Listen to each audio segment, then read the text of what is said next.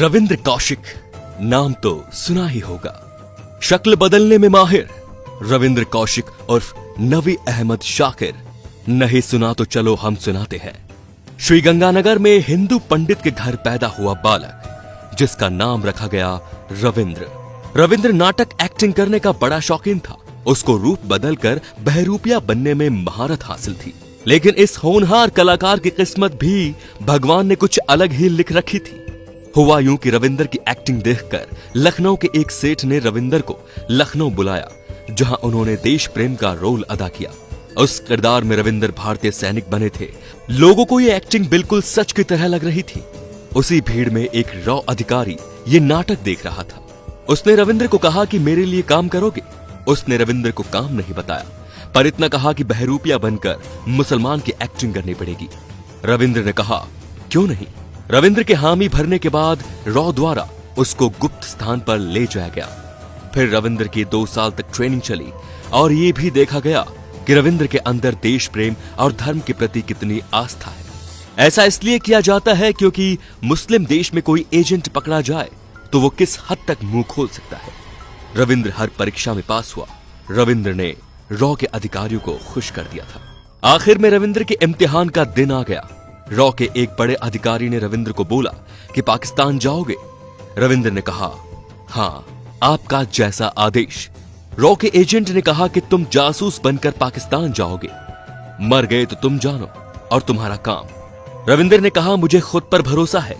रूप बदलने की कला को आज तक कोई नहीं पकड़ पाया। इतना ही रॉ के अधिकारियों को सुनना था। फिर रविंद्र का बाकायदा खतना करवाया गया। उसे दिन में 5 बार मुस्लिम की तरह नमाज पढ़ने की ट्रेनिंग दी गई। उसको पूरा मुसलमान बनाया गया। उसको उर्दू सिखाई गई। उसको कुछ दिन मुसलमानों के साथ रखा गया।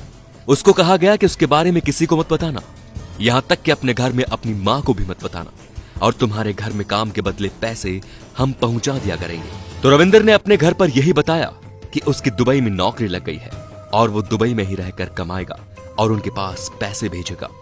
परिवार ने राजी राजी खुशी उसे विदा कर दिया।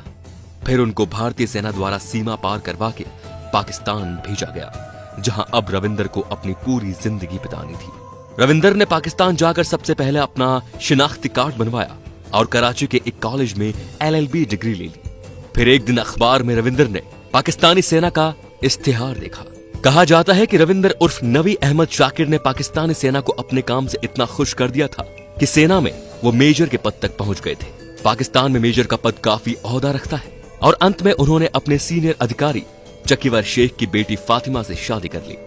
फातिमा से रविंद्र दिल से प्यार करते थे, पर रविंद्र ने फातिमा को कभी नहीं बताया कि वो उसके देश की जासूसी कर रहा है और वो भारतीय हिंदू है, और मुसलमान बनकर उससे शादी की। वो भारत को पाकिस्तान से कई महत्वपूर्ण सूचनाएं भेज रहा था। इधर रॉ के अधिकारी खुश और पाकिस्तान में पाकिस्तानी सेना उसके काम से खुश। सब बढ़िया चल रहा था, पर कांग्रेस की सरकार से एक बहुत बड़ी चूक हो गई। हुआ यूं कि कांग्रेस की सरकार चाहती थी कि रविंद्र की सहायता के लिए एक और आदमी पाकिस्तान भेजा जाए। रविंद्र से इस बारे में जब पूछा गया तो रविंद्र ने कहा मुझे किसी की जरूरत नहीं है, मैं अकेला ही काम कर लूंगा। और कांग्रेस सरकार के दबाव में रविंद्र को हामी भरनी पड़ी। फिर एक और रॉ के एजेंट को तैयार करके पाकिस्तान रवाना किया गया। उसने भारत बॉर्डर तो पार कर लिया, पर रुक गया एक होटल पर चाय पीने, जहां कुछ पाकिस्तानी सैनिक पहले से ही बैठे थे। उन सैनिकों को इस एजेंट की बोलचाल से शक हो गया। सैनिकों ने उस एजेंट को पकड़ लिया और पूछा कि कौन हो तुम। उस मूर्ख एजेंट ने बोला कि मैं भारत से आया हूं मेरे दोस्त से मिलने, पर समय ही खराब था। उनमें से एक ने कहा बुला कौन है तेरा दोस्त, नहीं तो गोली मार दूंगा। इतना सुनते ही वो रॉ का एजेंट शुरू हो गया और बोला कि मैं रॉ का एजेंट हूं, यहां पर मौजूद पहले से ही रॉ के एजेंट की मदद करने आया हूं, और जो आपके सेना में मेजर हैं, जिसने हिंदू होते हुए भी मुस्लिम लड़की से शादी की, ये सब उसने बोल दिया। पाकिस्तानी सेना एकदम हक्का बक्का रह गई। सेना के एक सैनिक ने कहा तुम उससे कहां पर मिलने वाले थे? उससे उसी प्लान के मुताबिक मिलो, पर उसे शक नहीं होना चाहिए। प्लान के मुताबिक सुबह उसने रविंद्र को जिन्ना उद्यान में बुलाया। रविंद्र समय पर पहुंच गया। दोनों ने हाथ मिलाया। पहले से ताक में बैठे पाक सैनिकों ने रविंद्र को दबोच लिया। खैर रविंद्र को डाल दिया गया पाकिस्तान की अंडरग्राउंड जेल में, जहां न सूरज की रोशनी थी न चांद की ठंडक थी तो बस गुमनामी। कहते हैं रविंदर को उस बैरक में 12 दिनों तक बिना खाने के रखा। रविंदर के लिए जेल की बैरक के ऊपर से पानी डाला जाता था, उतना ही जीना कि वो जीवित रह सके। रविंदर जेल में चाट चाट कर पानी पीते थे। 12 दिन बाद रविंदर को अदालत में पेश किया गया, जहां उन्हें फांसी की सजा सुनाई गई। पर पाकिस्तान की कुछ मानवाधिकार वाली संस्थाओं ने इस फांसी को उम्र कैद में तब्दील करवा दिया। रविंद्र को 12 दिन तक उस गुप्त बंद कमरे में रखने से रविंद्र को हृदय की बीमारी हो गई, जिसका न तो पाकिस्तान की जेल ने इलाज करवाया और न ही उन्होंने इसका हाल जानना चाहा।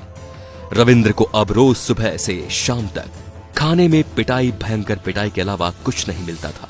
इस बीच रविंद्र अपने घर पर खत भी लिखा करता था, जो आज भी उसके घर पर मौजूद है, जिसमें रविंद्र लिखा करता था कि मैं कोई दुबई वुबई कमाने नहीं गया, मैं जासूसी करने पाकिस्तान गया हूं, जहां मुझे भारत सरकार की गलती के कारण धर लिया गया है। मैं भारत सरकार के लिए इस पराये मुल्क के लिए आया। मैंने उसको जानकारियां दी, मैंने उनको सन 71 के युद्ध को जीतने में बहुत सहायता की। इंदिरा गांधी ने मुझे ब्लैक टाइगर की उपाधि दी। अब मुझे टीबी और हृदय रोग हो गया है, जिसका इलाज इस मुल्क में नहीं है। मुझे बचा लो, मैं भारत की जमीन पर मरना चाहता हूँ। रविंद्र के पिता बार बार भारत के नेताओं से मिलते रहे। नेताओं ने इतना ही कहा कि उसने एग्रीमेंट साइन किया है कि पकड़ा गया तो उसकी कोई सहायता नहीं होगी।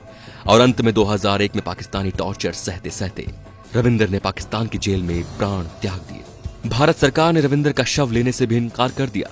पाकिस्तान की नीचता भी गजब है। उन लोगों ने रविंद्र का शव कचरे के साथ जला दिया। कहा जाता है कि रविंद्र की मुस्लिम पत्नी भी उससे मिलने एक बार जेल आई थी। उसने बस यही पूछा था कि क्यों किया मेरे साथ ऐसा। रविंद्र का जवाब था, मेरे देश के लिए। फिर वो उससे मिलने कभी नहीं आई। रविंद्र और उस मुस्लिम महिला का एक बेटा भी है, जो पाकिस्तान में ही रहता है।